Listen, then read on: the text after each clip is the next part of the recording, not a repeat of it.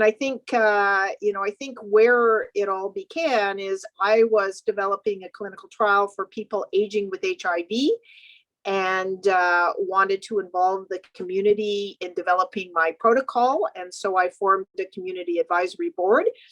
And as we got talking about the big research project that I was starting to develop, community recognized that there were parts of this that were very much of interest to them. And so kind of as an offshoot of the big study, we said, okay, let's develop an additional part of this trial, which is developed by and for community. And so I started to work primarily with Kate Merzen at the time, but with various members of the advisory board, to develop what has become Panache.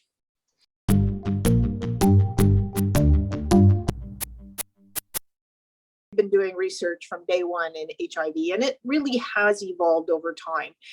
And I would think in the early days of the epidemic, academia and community were at different parts of the spectrum, and never the twain shall meet. And I think that we've certainly learned over time how it's important that we integrate that, and that community needs to have a voice in research. And I think this is the study of all of the research that I've done, that community has been more involved than any other study that I have been involved in from the get-go. I think actually Panache is actually directed against the older community living with HIV, not so much the younger community.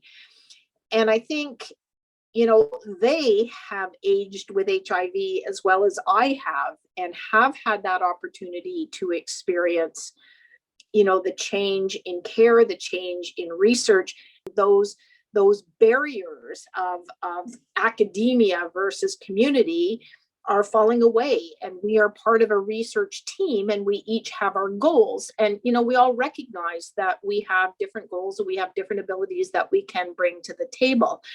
But I think they're less afraid, is that the right word, to talk in front of me and to express what their concerns are, or if something isn't right, they say it. And I would say 20 years ago when we did research, I don't think any patient would challenge, what we were asking or what we were having to do. And I think part of my, learning of this over time is that it's really important that what we think that we're asking people to do as part of research, we might think it's nothing. But if we don't have that patient's perspective on what that really means to them and how much that encroaches on their life or something to do, I think it's really important that we understand that.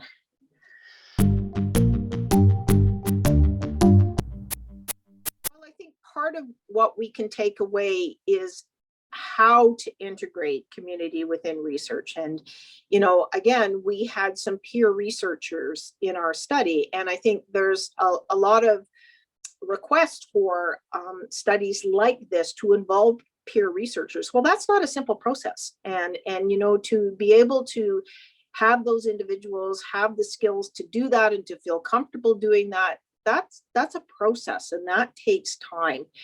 And I think, one of the big next steps is that this needs to be taken forward to the research funding agencies, and I know that often HIV is ahead of the game in terms of any other disease entities. But, when we apply for funding, budgets are really, really tight. And it's really tight sometimes to be able to do the study that you want to do.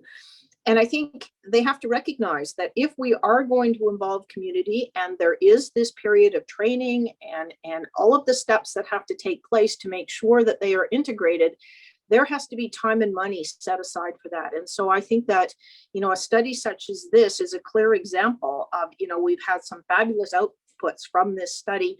We have an opportunity to move on and advance this, which is going to change policy and things for people living with HIV.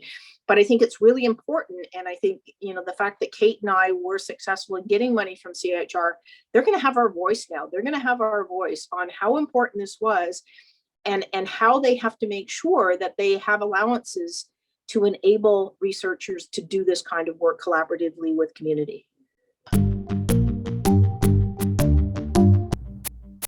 And I think the other thing that it taught us from HIV is it's not just the physical endpoints. And I think that's what HIV taught us, is it's not just about numbers or measures, but it's quality of life and how these things impact people, etc. And I think that that was something that we learned.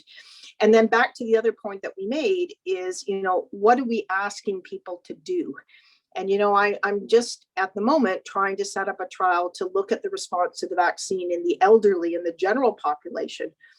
And, my experience with HIV is, go out and test drive this, have some older people look at the documents and what we're asking them to do, and does it make sense for them? And, those are lessons learned.